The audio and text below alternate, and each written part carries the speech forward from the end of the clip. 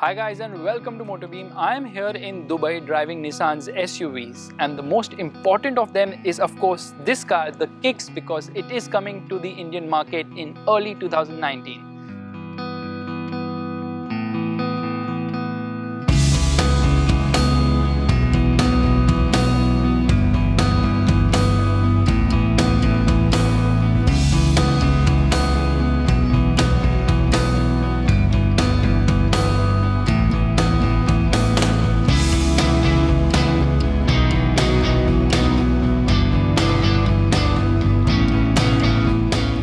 Yes, this car has a lot riding on it for Nissan India, but does it impress? Well, to start off with, I'm not going to talk much about the design language because Nissan says that it will make a lot of changes to the India spec model. For starters, it will be bigger with more presence, and that's something which might actually work with buyers. This particular car does feel impressive in terms of design language, but it's not an SUV in terms of appearance. It's more like a crossover. There are the typical Nissan SUV traits on it, and yes, a lot of chrome treatment as well, which will definitely work with Indian buyers. Step inside and you realize that the interior does look very nice. It's kind of sporty as well because it gets the all black treatment, and this car is equipped with a lot of features. However, the car I'm driving isn't the top spec trim.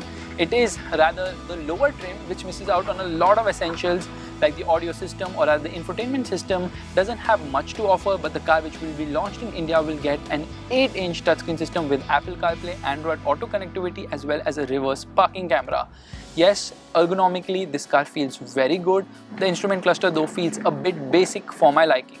There are plenty of cubby holes inside this vehicle. The door pockets are large enough. The glove box is also big, and on the center console you have a couple of cup holders as well.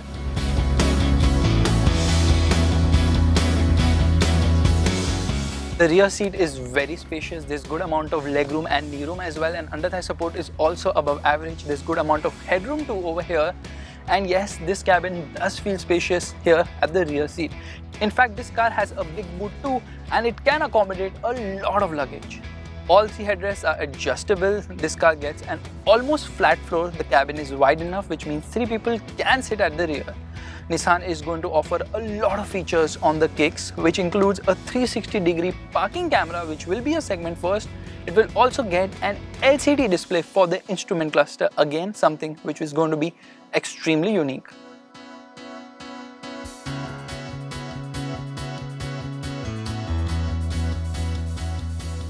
The Kicks for Dubai is powered by a 1.6-litre petrol engine which outputs 118 horses, but that is not going to be the petrol engine which Nissan will launch in India.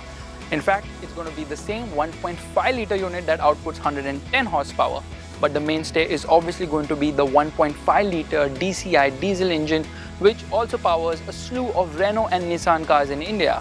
This one produces 110 horsepower in the higher spec and 85 horses in the lower spec. In its latest iteration, this motor offers good amount of punch, doesn't have much lag either, and the only gripe is that the gearing is a bit on the shorter side. Yes, NVH is decent. It's not the best when you compare it to the Hyundai Creta, but the motor is powerful enough and gives a lot of performance as well as efficiency. The car we're driving in Dubai is underpinned by the Micra platform, and in terms of ride quality, it is not the best. The steering too doesn't offer much feel and feedback, and the handling too isn't that great. But don't make a judgment just yet, because Nissan plans to use underpinnings from the Juke for the Indian model, which means the floor pan as well as the suspension is going to come from the legendary Juke, and the ride and handling balance will definitely transform for the better. We expect the Kicks for India to ride and handle better than the Terrano, which is itself saying something. The braking performance also will be strong because Nissan might just offer all-wheel discs on this vehicle. The Nissan Kicks is actually quite promising, and Nissan India is doing a lot to make it even better. Being India specific with bigger dimensions, more appeal and more features is certainly going to work in its favor.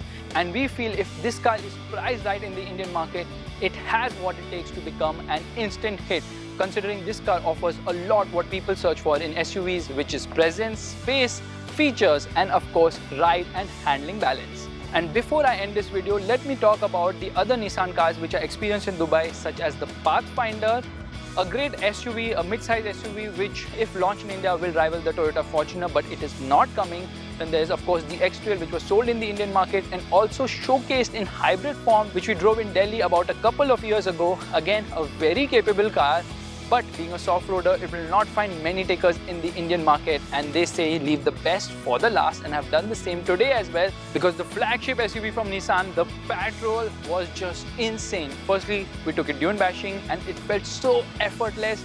You didn't even realize that the car is going in loose sand. It just walked away like it was nothing. And of course, out on the road, we felt the power of that massive V8 engine, the 5.6 litre unit that outputs 400 horses and 560 Newton meters of torque. The Petrol is of course a legend. It has a lot of space, a lot of features, and of course a lot of presence too. But yet again, it's not going to make it to Indian shows because it is available with only a petrol engine, which obviously won't be according to Indian taste, where even with bigger cars, we look for fuel efficiency.